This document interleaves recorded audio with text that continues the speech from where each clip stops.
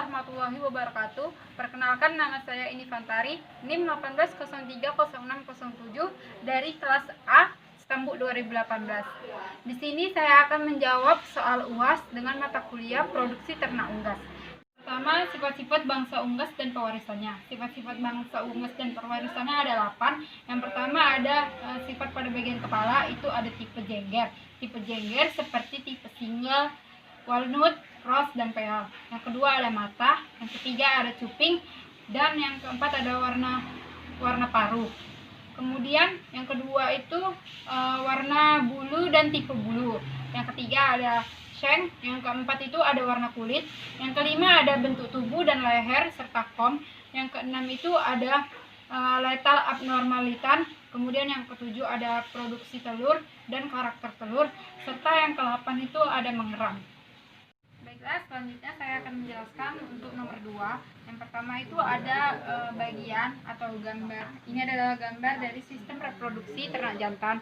Yang pertama saya akan menjelaskan ini adalah testis. Bagian ini adalah testis. Kemudian ini ada ginjal atau ren. Kemudian ini ada ureter. Kemudian ini yang bergerigi disebut dengan vas deferens, dan ini kloaka.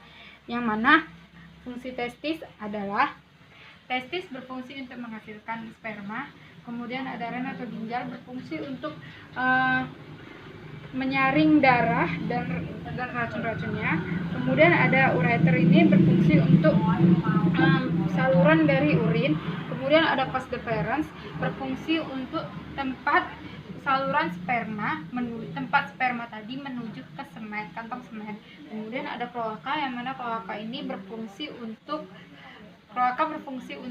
tempat keluarnya sekreta. Saya akan menjelaskan organ reproduksi ayam betina. Yang pertama ini adalah bagian dari ovarium, kemudian ini infundibulum, kemudian ini magnum, kemudian ini isthmus, kemudian ini kelenjar kerabang, dan ini merupakan vagina. Selanjutnya saya akan menjelaskan mengenai sistem pencernaan pada unggas, terutama pada ayam. Yang pertama, makanan masuk melalui mulut. Ini adalah mulut, kemudian esophagus, ini crop, kemudian proventriculus, ventriculus, duodenum, ini ada pankreas, jejunum dan ileum, kemudian ada usus besar, itu terdiri dari kolon, cecum, dan kloaka.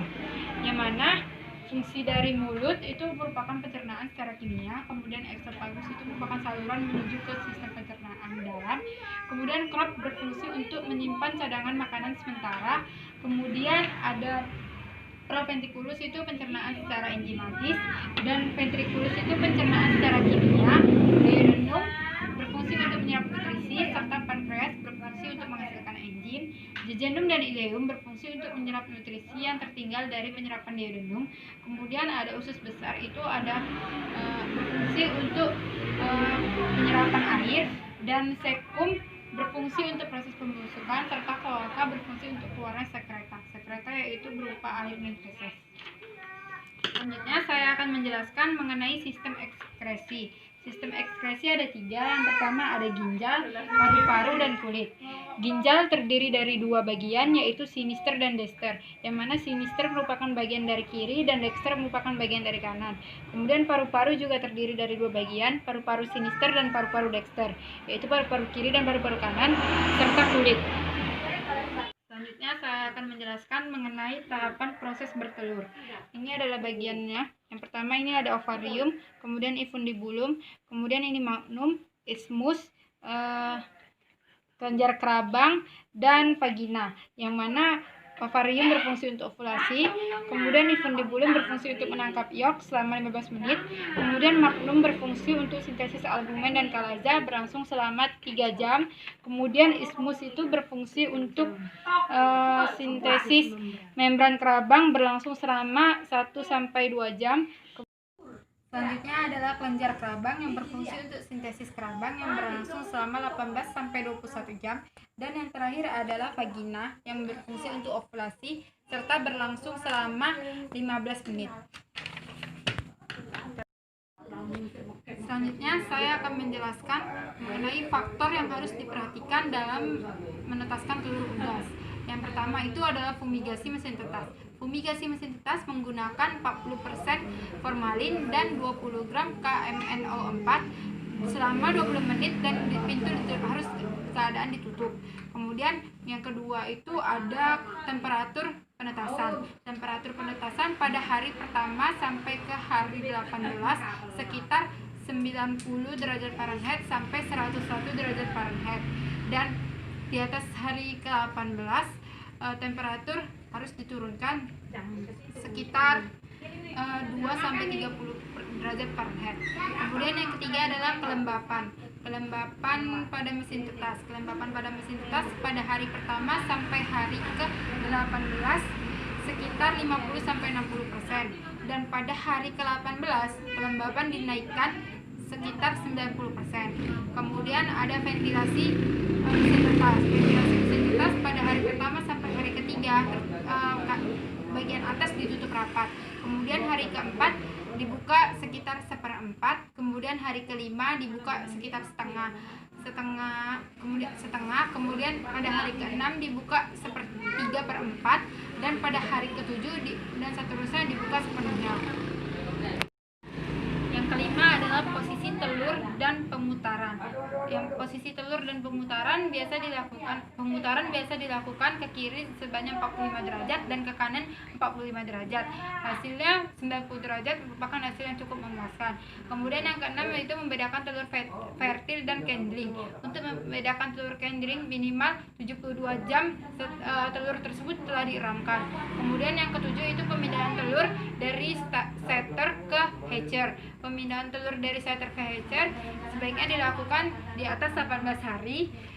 Kemudian telur tadi harus sudah dipindahkan ke mesin tetas.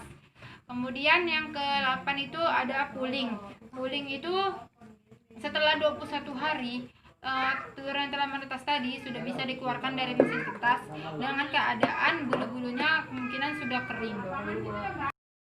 Selanjutnya adalah soal nomor 5 mengenai perkembangan embrio unggas mulai dari hari ke-8 hingga hari ke-19. Pada hari ke-8 mulainya terbentuk bulu. Kemudian pada hari ke-10 mulainya pengerasan paru tadi mulai mengeras. Kemudian pada hari ke-13 penampakan mulai nampaklah tadi sisik dan kuku, dan pada hari ke-14 embrio mulai memutar ke arah ujung tumpul dari telur. Kemudian pada hari ke-16 sisi paruh dan kuku tadi mulai halus dan mengeras. Kemudian pada hari ke-17 embrio mulai memutar ke arah rongga udara, dan pada hari ke-19 yolk mulai memasuki tubuh. Selanjutnya saya akan menjawab pertanyaan nomor 6, yaitu sintesis yolk dan albumen. Untuk sintesis yolk, yang pertama kuning telur disintesis di dalam hati, kemudian dibagi menjadi 2 bagian. Kemudian penyusun kuning telur itu ada air, protein, lipoprotein, mineral, dan pigmen. Kemudian terbentuklah yolk kurang lebih 10-15 hari. Kemudian terjadi pematangan ovum. Setelah ovum matang, maka akan dilepas ke infundibulum. Yang kedua adalah sintesis albumen atau sintesis putih telur. Sintesis albumen terjadi di magnum dengan bantuan enzim ekstrogen.